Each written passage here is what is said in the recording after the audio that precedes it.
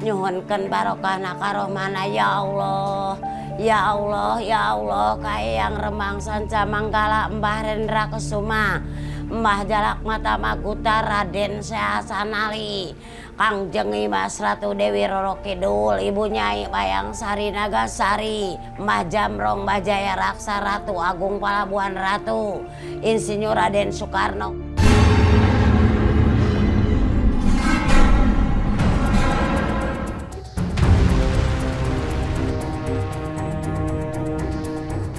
Pantai Karanghawu, Pelabuhan Ratu, Sukabumi, Jawa Barat adalah sebuah lokasi tak terpisahkan dari jejak tirakat sang proklamator di masa lalu. Dalam catatan dimensi lain, Karanghawu juga menyimpan sejuta misteri sebagai petilasan. Dan konon, merupakan kerajaan gaib Kanjeng Ratu Kidul. Syarat akan makna, filosofis, dan sejarah. Berbagai petilasan yang ada di pantai ini pun memiliki aura magis tersendiri. Hingga kini, masih banyak orang yang datang untuk menyampaikan hajat, ritual, atau sekedar berdoa untuk para leluhur.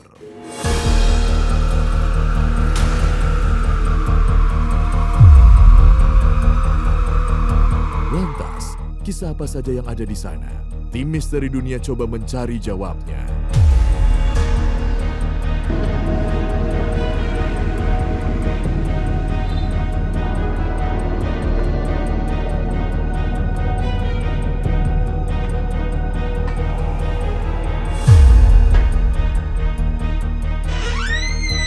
Usai menyusuri puluhan anak tangga, kami akhirnya tiba di lokasi pertama, yakni makam keramat dan petilasan.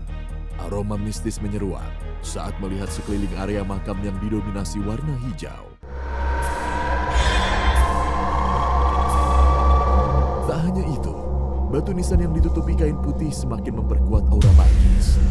Layaknya tamu yang datang berkunjung, ucap salam tak lupa kami sampaikan.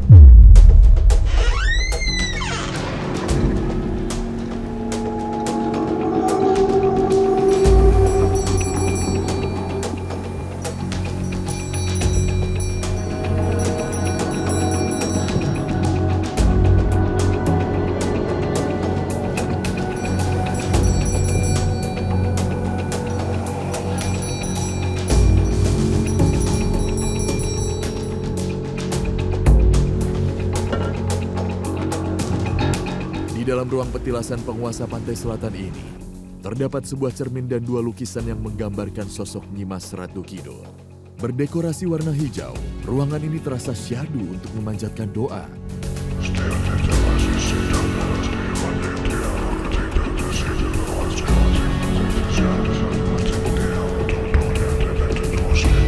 Tak ada keterangan atau nama di dua bangunan berbentuk makam di hadapan kami. Namun satu hal yang pasti, ruangan ini sakral dan telah dikeramatkan sejak dulu. Lalu tiba saja, sebuah pertanyaan singgah di pikiran. Makom atau petilasan siapakah yang ada di dalam ruangan ini?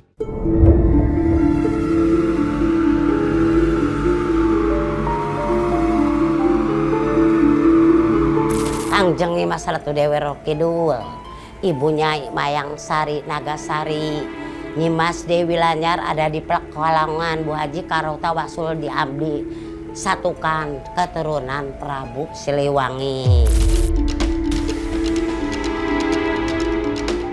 Satu persatu misteri mulai terungkap. Masih berada satu area dengan dua makom di dalam ruangan tadi. Di luarnya terdapat beberapa makam dan terdapat nama di batu nisan. Menurut sejarah turun-temurun, jasad yang terkubur di dalamnya merupakan tokoh berpengaruh di Pelabuhan Ratu pada zaman dahulu. Yang ke satu Eyang Remang Sanca Manggala, yang kedua Mbah Rendra Kesuma, yang ketiga Mbah Jalak Mata Maguta, yang keempat Raden Sehasanali, yang kelima Kangjeng Mas Ratu Dewi Roro Kidul, yang keenam Ibu Nyai Mayang Sari Nagasari. Ada 6 yang di sini.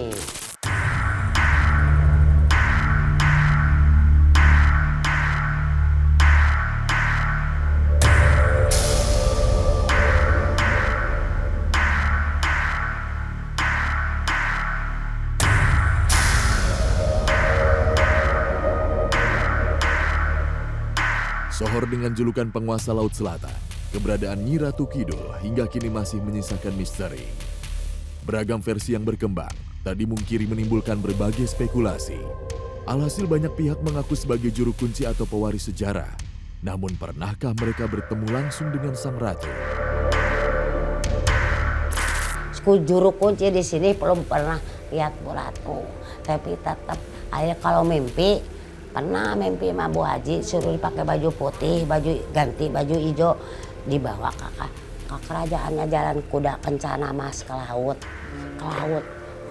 Bukan sedap malam, bunga mawar yang paling banyak, nah putih, merah, hijau, mawar semua. Kata Bu Haji nggak mau, jangan lama-lama pulang, takut dibawa meninggal. Nah gitu dia ragu-ragu jadi mau dipaksa. Alhamdulillah Bu Haji kalau melihat begini belum pernah mentak orang-orang Bu Ratu ini pernah pergi ke pantai selatan ya, dan selalu hari-hari itu pergi ke sana lalu cuci muka begini. Begitu cuci muka katanya laut itu terbuka, lalu beliau itu dipanggil seseorang wanita di dalam laut. Beliau masuk. Berapa lama? 2 bulan. Sudah, yang ditinggalkan itu kan bingung. Diselamatin 7 hari, diselamatin ini tahunan pengeling-eling dan lain sebagainya. Dianggap sudah meninggal. 2 tahun begitu kembali cerita tentang keberadaan Laut Selatan di sana.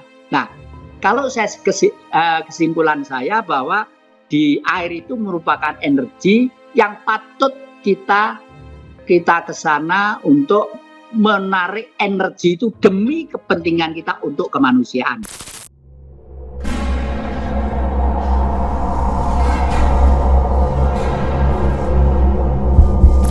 Usai mengunjungi makam keramat dan memanjatkan doa, langkah kaki tim misteri dunia terus berlanjut.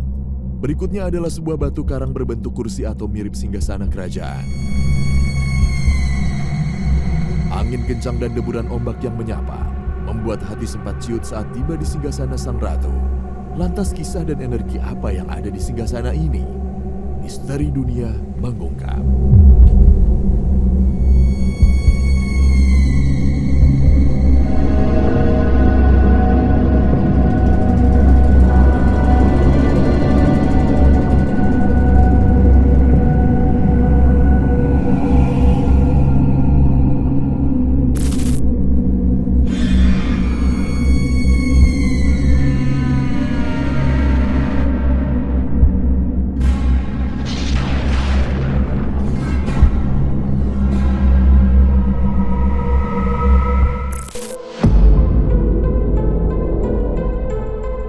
Sebagai petilasan dan tempat tirakat, energi yang dirasakan Ki Geni saat itu terbilang positif.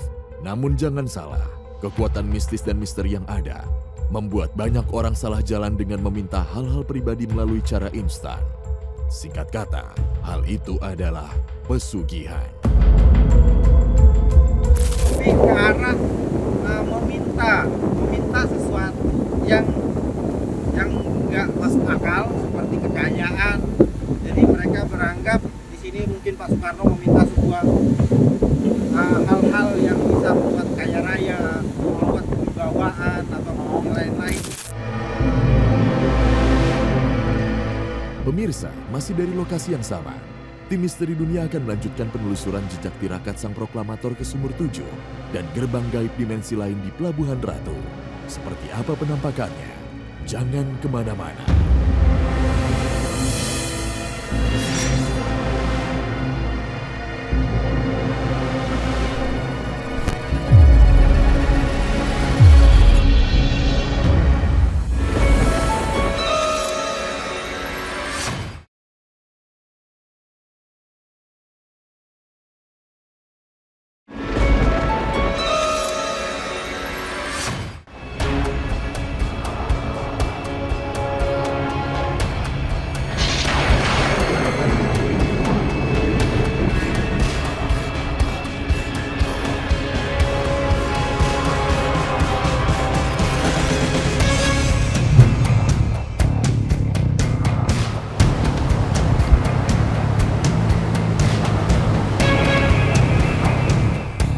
Deburan ombak yang semakin besar saat Ki Geni melakukan ritual seolah merestui kedatangan kami di Sumur Tujuh, Karanghawu, Pelabuhan Ratu.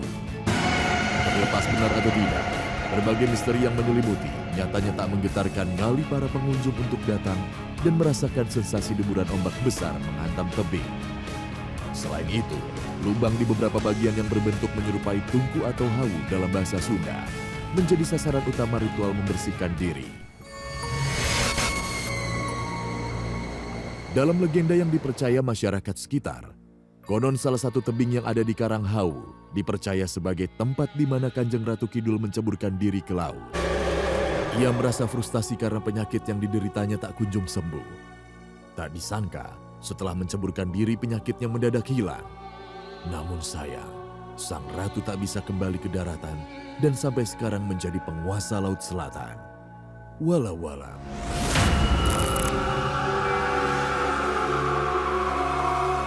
Kebesaran nama Sumur Tujuh sebagai salah satu tempat tirakat favorit Presiden Soekarno di masa lalu sudah bukan rahasia umum lagi jika artis, pejabat, dan publik figur di negeri ini juga banyak yang datang melakukan ritual.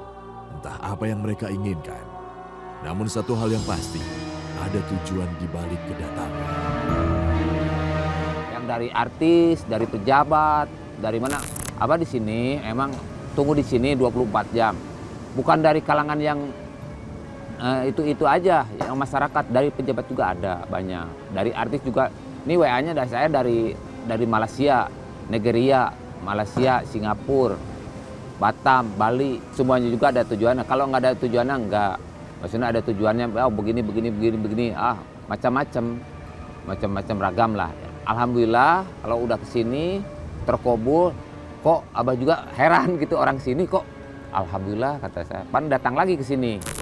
Kalau konsep spiritual ataupun supranatural memandang tentang air, banyak tempat-tempat untuk kungkum, banyak tempat juga untuk melukat, itu biasanya itu hanya 35%. Sisanya itu kembali ke diri kita untuk bermeditasi ataupun untuk bertafakur kembali bagaimana mengkaji diri, memperbaiki diri untuk memulai sesuatu hal dari nol lagi dengan yang lebih baik.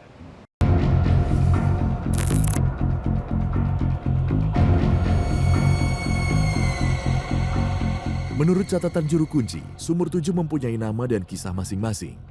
Sumur pertama adalah Pamuka Lawang, merupakan sumber pembersih raga dari segala sial dan sengkala serta guna-guna yang melekat di tubuh. Sumur kedua adalah Ciasihan, airnya bertuah untuk pengasihan dan pemikat. Ketiga, Cikajayaan, bertuah untuk kekuatan dan kesaktian.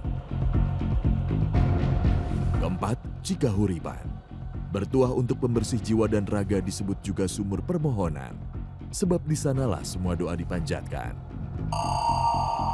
Kelima adalah Sumur Kadudukan, bertuah untuk kepangkatan dan derajat. Keenam, Sumur Kesuburan, bertuah untuk kesuburan tanah, sawah, dan juga untuk masalah keturunan. Dan Sumur Karomah terakhir adalah Cisampurna, bertuah untuk penyempurna semua ritual mandi di keramat Sumur Tujuh.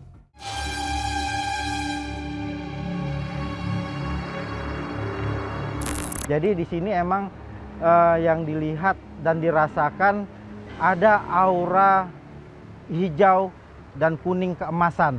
Nah, di situ bisa untuk pengobatan, bisa untuk mencerahkan aura ataupun melunturkan semua kesialan-kesialan yang ada di diri manusia. Kalau dari 1 3 kali, 2 3 kali nyelamnya, 3 3 kali, 4 3 kali, 5 cuci muka, yang 6 cuci muka 3 kali sama Sunnah Rasul itu. Kalau yang 7 terakhir itu 7 kali.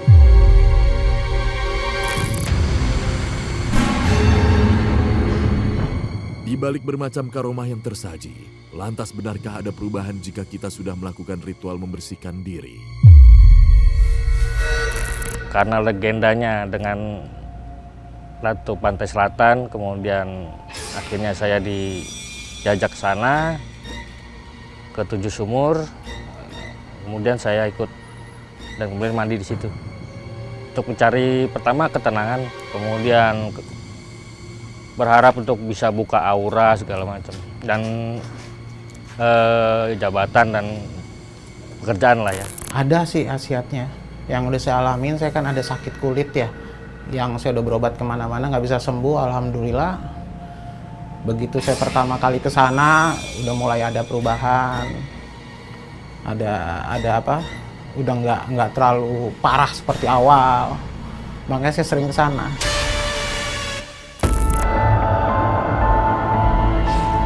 Terlepas benar atau tidak, misteri bermunajat di Sumur Tujuh Karanghawu tak sedikit yang terbukti dan tentunya atas kehendak Sang Maha Kuasa. Bermacam legenda dan mitos yang mendominasi, biarlah tetap hidup dan menjadi kisah tersendiri. Lantas adakah koneksi Sumur Tujuh dengan dimensi lain, yang konon merupakan gerbang gaib menuju istana Kanjeng Ratu Kidul? Kalau untuk berhubungannya sama gerbang goib, ini belum sampai di gerbang goibnya. Ini masih pinggiran dari gerbang goib tersebut. Batu 1 meter tingginya itu sama, warnanya itu hijau, bergerak dari barat, dari arah Balai Kambang menuju ke tempat saya dengan teman-teman duduk tadi itu, duduk di situ. Loh, Pak, itu apa Pak? Itu Pak, itu artinya apa? Pintu gerbang disiapkan untuk kita. Karena yang namanya dunia gaib itu tidak mengenal ruang dan waktu ya. Lalu kalau secara umum sebenarnya apa sih beliau-beliau itu yang tadi itu? Energi dat yang tidak kasat mata tetapi hidup. Namanya hidup hukumnya pasti plus dan minus. Lah, kenapa hidup di bumi? Justru hidup di bumi itulah beliau adalah menguasai bumi supaya bumi subur, supaya bumi makmur, diberi air karena air itu perwujudan Tuhan itu sendiri.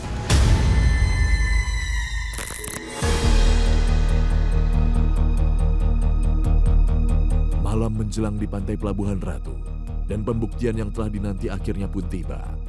Berlokasi tak jauh dari Sumur Tujuh Karanghawu, lokasi yang konon adalah gerbang gaib ke dimensi lain kami sambangi.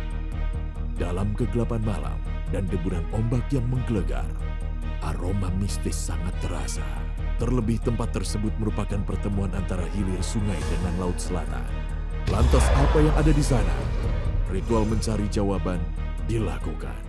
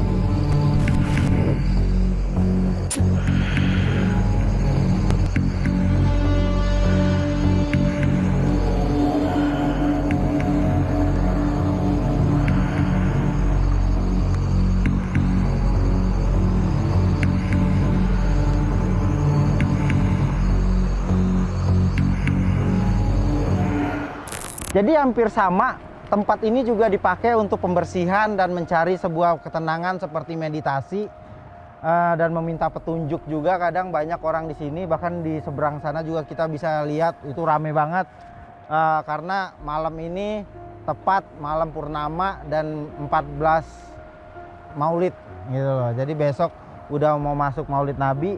Di situ banyak ataupun hari-hari besar tertentu seperti malam Jumat Kliwon, malam Selasa Kliwon, itu banyak orang yang datang ke sini membersihkan diri, bertafakur ataupun ritual-ritual tertentu. Tapi sayangnya tempat ini kok tidak terawat dan tidak terpelihara dengan baik. Saya saat ini datang ke sini merasakan aura positifnya sangat kecil sekali.